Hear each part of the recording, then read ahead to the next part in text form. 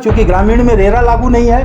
पूछे मध्य प्रदेश पूरे भारत में टीएनसीपी रेरा लागू है। तथ्य को न जानते हुए और हमारी जो है तो छवि को खराब करने के लिए उन्होंने इस तरह का स्टेटमेंट दिया हुआ है जो और अधूरी जानकारी के कारण हुआ। नमस्कार, मैं तनु भदौरिया और आप देख रहे हैं टीवी फर्स्ट न्यूज। रीवा जिले में अवैध कॉलोनियों के खिलाफ प्रशासन अब सख्त रुख अपनाने जा रहा है। रायपुर करजुलियान क्षेत्र में एमके ग्रीन सिटी द्वारा विकसित की जा रही अवैध कॉलोनी का मामला सामने आने के बाद कलेक्टर प्रतिभा पाल ने एसडीएम को विस्तृत जांच के निर्देश जारी किए हैं। कलेक्टर ने स्पष्ट कहा है कि यदि जांच में कॉलोनी के वैध दस्तावेज नहीं मिले तो जिम्मेदारों पर कानूनी कार्रवाई की जाएगी। एसडीएम रायपुर से इसकी रिपोर्ट मांगी गई है कि कॉलोनी का जो भी कॉलोनाइजर है क्या उन्होंने अपना सर्टिफिकेट लिया हुआ है और कॉलोनी विकास के लिए जो विकास अनुज्ञा ली जाती है वो ली हुई है। टाउन कंट्री प्लानिंग से उसका लेआउट अप्रूव होना चाहिए। यदि ये अवैध कॉलोनी है और इस प्रकार की कोई भी परमिशंस नहीं ली गई हैं तो इसको अवैध कॉलोनी मान करके संबंधित जो कॉलोनाइजर हैं उनके विरुद्ध एफआईआर दर्ज करा के हम लोग आगामी कार्रवाई करेंगे। मामला तोड़ पकड़ने पर एमके ग्रीन सिटी प्रबंधन ने मीडिया के सामने यह तर्क दिया था कि ग्रामीण क्षेत्रों में रेरा लागू नहीं होता और टीएनसीपी में केवल आवेदन दिया गया है। रेरा का पालन हो रहा है क्योंकि ग्रामीण में रेरा लागू नहीं है। ग्रामीण में अपना टीएनसीपी लागू है। जो हमारा पूरी प्रोसीजर चल रही है ये सारी चीजें टीएनसीपी की प्रोसीजर के अनुसार ही चल रही है और भारत के गाइडलाइन के अनुसार ही मैं काम कर रहा हूँ। रेरा हमारे नगर निगम में लागू होता है जहाँ पे कंस्ट्रक्शन किया जाता है, तो वो चीजें हमारी ग्रामीण के अंदर है और जो ग्रामीण की जो भी गाइडलाइन है ग्रामीण की गाइडलाइन के अनुसार मैंने इन सारी चीजों को प्रॉपर वे पे जो है तो गवर्नमेंट के गाइडलाइन के अनुसार ही कर रहा हूँ। लेकिन कलेक्टर प्रतिभा पाल ने उनकी ये दलीलें खारिज करते हुए कहा कि रेरा कानून देश के हर क्षेत्र में लागू होता है और टीएनसीपी की अनुमति के बिना किसी भी कॉलोनी का विकास पूर्णतः अवैध है। कलेक्टर के निर्देश पर रायपुर करजुलियान एसडीएम के नेतृत्व में एक विशेष जांच दल गठित कर दिया गया है। यह दल जल्द ही अपनी रिपोर्ट कलेक्टर को सौंपेगा जिसके आधार पर आगे की कार्रवाई तय होगी। रीवा जिले में अब तक कई अवैध कॉलोनियों के जरिए भू माफियाओं ने शहर का नक्शा बिगाड़ा है। अब यही खेल ग्रामीण क्षेत्रों में शुरू होने पर प्रशासन हरकत में आया है। कलेक्टर ने साफ कहा है कि अब अवैध कॉलोनियों पर कठोर कार्रवाई की जाएगी। प्रकरण में रजिस्ट्रार कार्यालय की लापरवाही भी सामने आई है। बिना भौतिक सत्यापन के प्लॉटों की रजिस्ट्री किए जाने के कारण ही कॉलोनाइजर अवैध कॉलोनी खड़ी करने में सफल रहे। अब इस पूरे सिस्टम की भी जांच की जाएगी। एमके ग्रीन सिटी का मामला सामने आने के बाद प्रशासन ने सभी संबंधित एसडीएम, तहसीलदार और नगर निगम आयुक्त को भी आदेश जारी किए हैं कि वे अपने अपने क्षेत्रों में पहले से विकसित अवैध कॉलोनियों की जांच करें और रिपोर्ट प्रस्तुत करें।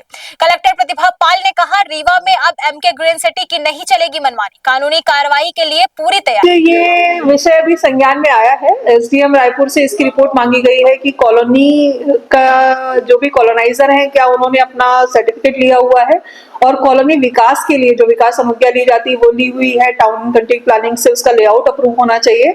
साथ ही जो ड्यू परमिशंस हैं जो भी लैंड लॉ की वो सभी ली गई हैं। यदि नहीं ली गई हैं तो ऐसी कॉलोनी को अवैध कॉलोनी मानकर इनके खिलाफ कार्रवाई की जाएगी। तो एसडीएम रायपुर द्वारा इसकी रिपोर्ट सबमिट की जाती है। 90% जमीन उन लोगों ने बेच चुके हैं। वो लोग स्थानीय प्रशासन उसको अभी यदि ये अवैध कॉलोनी है और इस प्रकार की कोई भी परमिशंस नहीं ली गई हैं तो इसको अवैध कॉलोनी मान करके संबंधित जो कॉलोनाइजर हैं उनके विरुद्ध एफआईआर दर्ज करा के हम लोग आगामी कार्रवाई करेंगे। उनको कहते हैं कि रेरा जो है ग्रामीण एरिया में जो लागू नहीं है, तो ऐसा क्या है?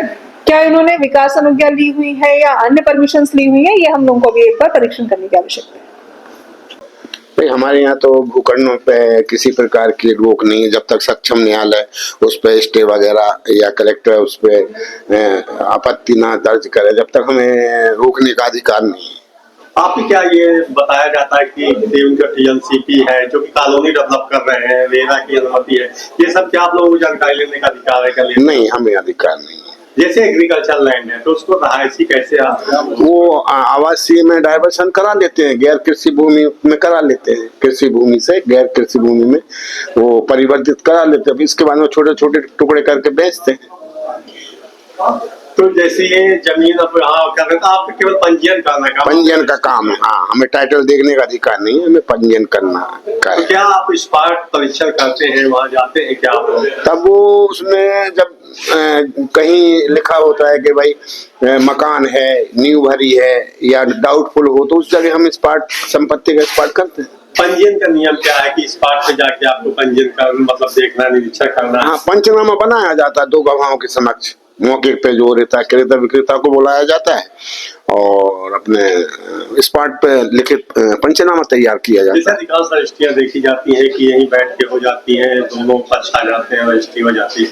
तो ऐसे में मान लीजिए कोई भूखंड है, किसी तरह का उसकी तारीखी कुछ भी है और यहाँ दूसरा बताया जाता है, उसके लिए संपदा 2 में है प्रावधान है, हम उसको पॉलीगॉन पे खोल के वो देख लेते हैं, लोकल वहाँ का स्थिति देख लेते हैं, वहाँ स्पष्ट बता देते हैं। GPS मैप, हाँ, मैप से देख लेते हैं। मतलब मैप में देख के आप हाँ, क्या भौतिक सत्यापन करते हैं वहाँ?